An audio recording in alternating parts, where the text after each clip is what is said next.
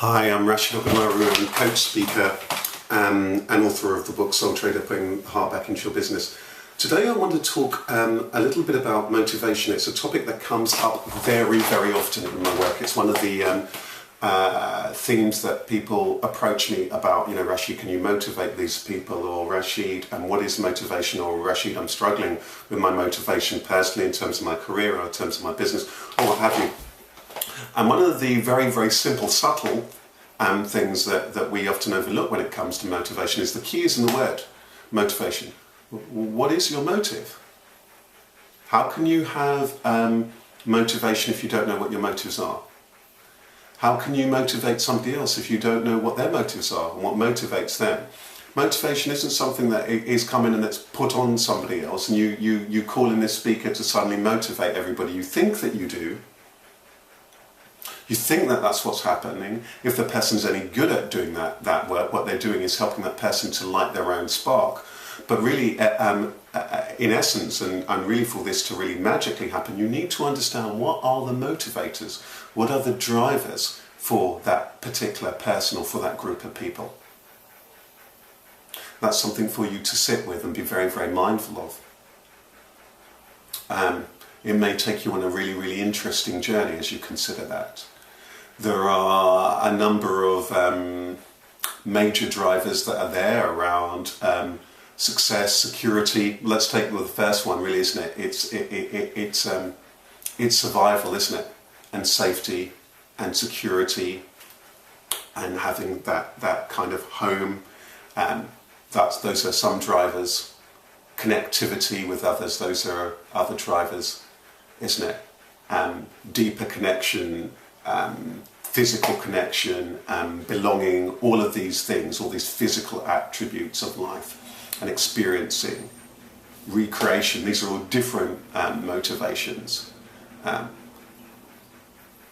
These are among those core motivators, aren't they?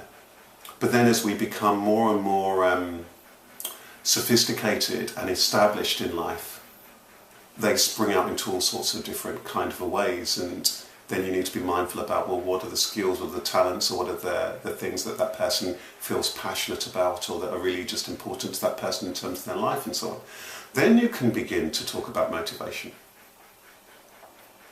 But you need to understand what your motives are. So the next time you start thinking about, well, I'm not motivated about this, or I'm struggling to motivate the team about that, or what have you, really sit with that. What are your motives? It's the motives and understanding those motives that will help then create that momentum.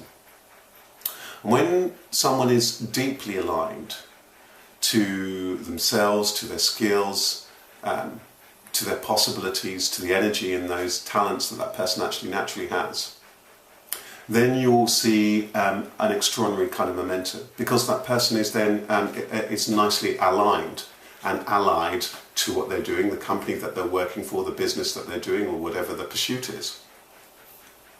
But if that doesn't happen, you're going to have a problem with motivation, because it's a mix match. And that's what you're wanting. You're in a troubled situation if you're trying to motivate others. But you're in a magical situation is that when you begin to discover what it is that naturally motivates them and allowing the conditions to really let them to run with that personally and professionally. So if you're watching this and you're in some kind of a management position, really be aware of that.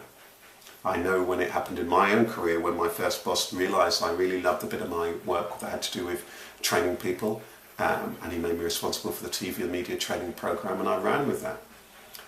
Did I get more money from that? No, but did I run with it? Absolutely. I put in a lot of energy in it, and it led to lots of things that happened in my career since, including videos like this and including the kind of news programmes and all sorts of things that I did, because I was very passionate about medium and communicating with people and so on. And we're all going to have those different kind of, then within our skills and our talents and our interests, those different kind of motivators, and often they're very, very subtle. And I think the important thing is not to be manipulative with this, because very often when it comes to motivation, what we're trying to do is to manipulate people to act in a particular way, to do particular things and so on. If you can really find out what really motivates them, they will just run with it. They will be far more productive, for you than you could possibly imagine. Because as I say, they're aligned, they're connected, they're at one with it. And they will bring magic to you personally, professionally, whatever context it is that you're in.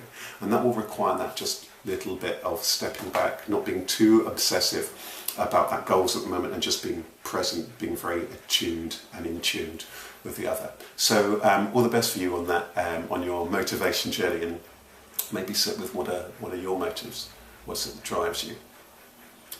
And look at that word motive sometimes just gently, not too heavily, because again, with that word motive, sometimes we look at it a little bit too solidly. Look at it a little bit more gently, and it will serve you even more. Take care. Wishing you all the best along your journey. Bye bye.